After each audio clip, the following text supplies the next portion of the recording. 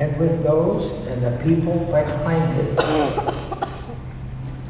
Because the people will see to it that we are able to afford to do great things and keep it a great nation. Normally terms. So let me pick up from there. Thanks. And say that it clearly will require commitment, probably more than even the United States can afford by itself. So it's going to require an international coalition. Oh, that's part of the commitment. Okay. So let's talk about international agreements, international cooperation. What do you think the international team looks like first and foremost? Is it just a space station team? Is it just a space station structure you bring in the play?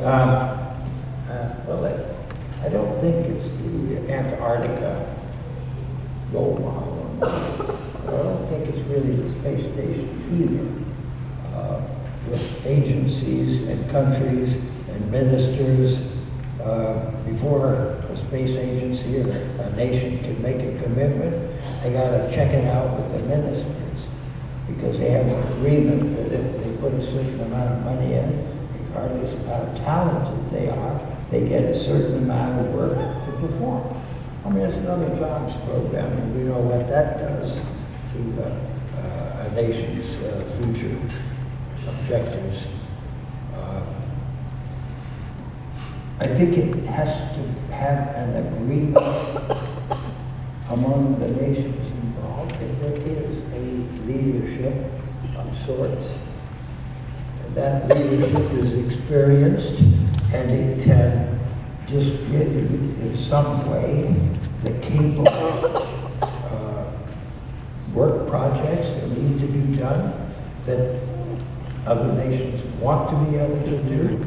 Prestige is a good bit of the motivation for sending humans somewhere, so that your citizens will see that your country does have a great system, and you're showing it that the sacrifices that the country is making, whether it's an autocratic dictatorship or it's a free country.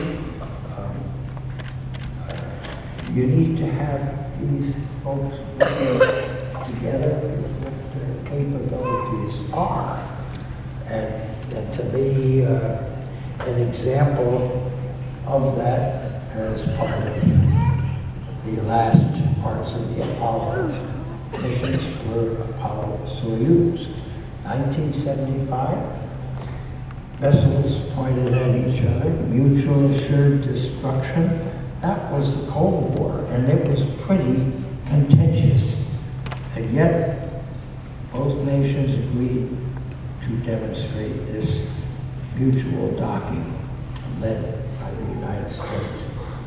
What was the result of that? Well, it defused the competition in a sense, and it moved on, survived through the breakup of the Soviet Union. And it continued with the basis of Skylab and Salyut space stations to come together in an international cooperative manner with the Mir space station, the International Space Station, and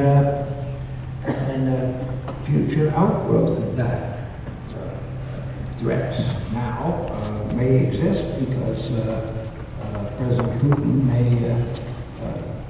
may want to use the space station as some element of national objectives.